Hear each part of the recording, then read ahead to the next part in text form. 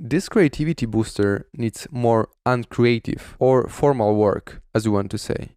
Samples nowadays are getting better and better. Something you got for free could be already 5 years old, and people used it in 2015. Hundreds of new samples are being made every day, and most of them are really good quality.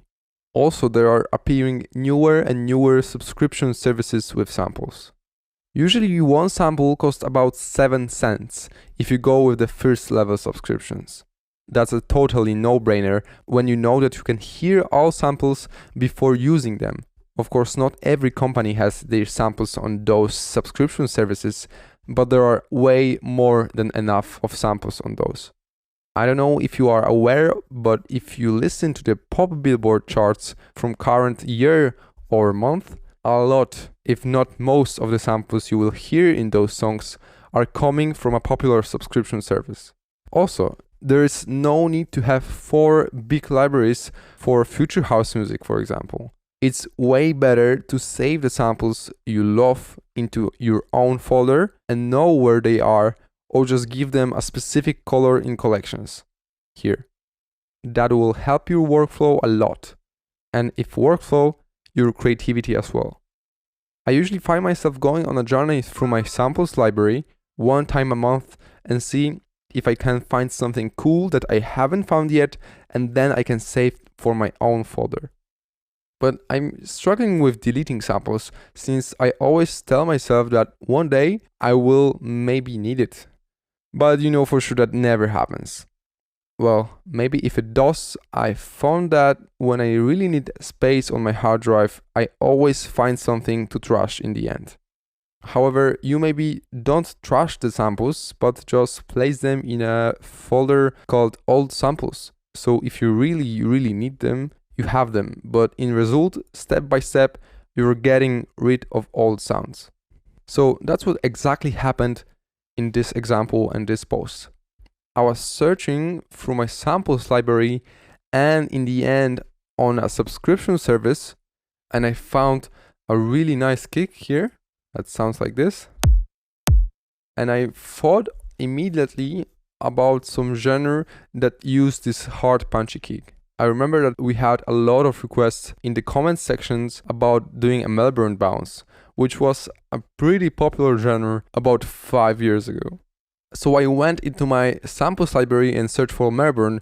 I didn't find anything, but when I went to a subscription service and wrote Melbourne bounce in the search bar, I immediately found tons of great samples for Melbourne bounce, and one of them was this bass. This is a really great sample, which is also pretty easy to do if you reference to it, but in the end I found also hats and claps for it. Drums and bass sections sound like this. And as you can see, there's nothing, there's only kick, clap, hats, a ride, which is very normal ride, then some open hat, also from subscription, and then this bass, which also was from very similar pack.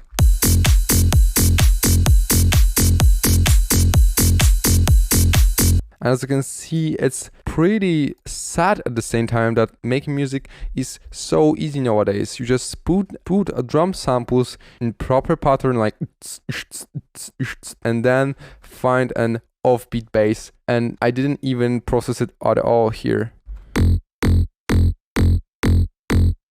And that's how easy it is to make music with or your new and nice samples library or a subscription service.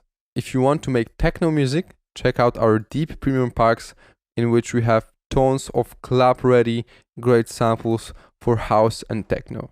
Also, we have one of the best rated trap sample packs out there from my channel FF Studio Tips. If you like making hip hop or trap, make sure to check it as well. So next very important thing that you should note, that the biggest secret of making great sounding music is sample selection.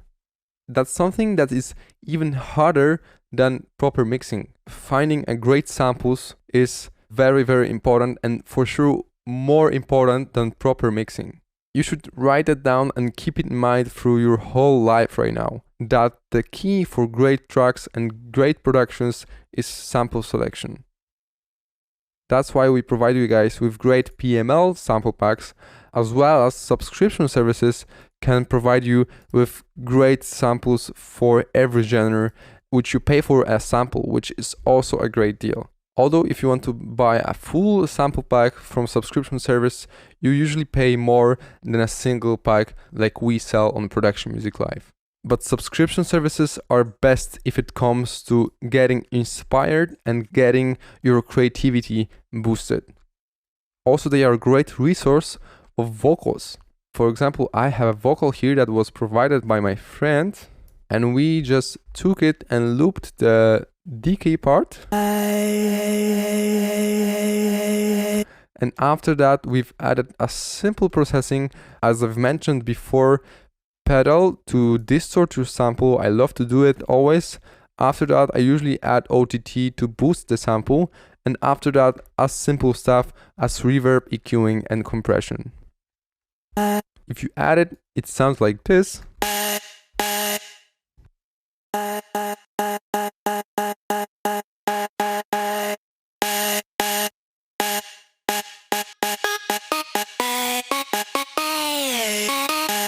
It's really good idea to play your vocal sample as a MIDI. That's very common among producers like Martin Garrix, Zed, Calvin Harris, etc.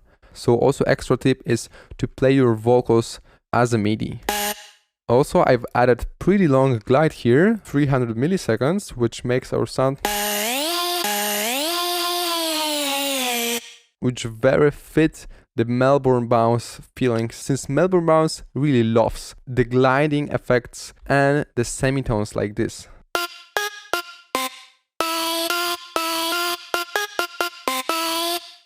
Or you can make it with gliding.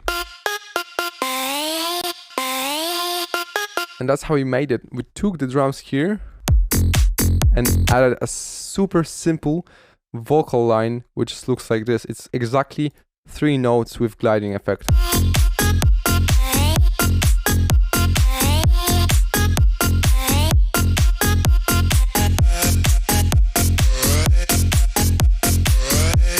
Right, and after that I've added a simple synth.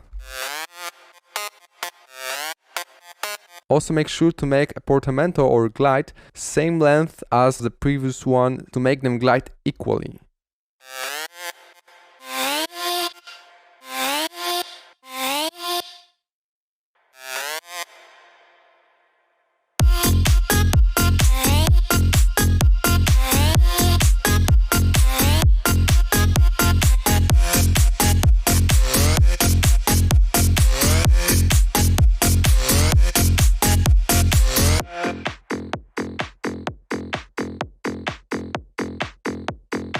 Also, a really nice trick is to use bandpass to make something sound like it's not present.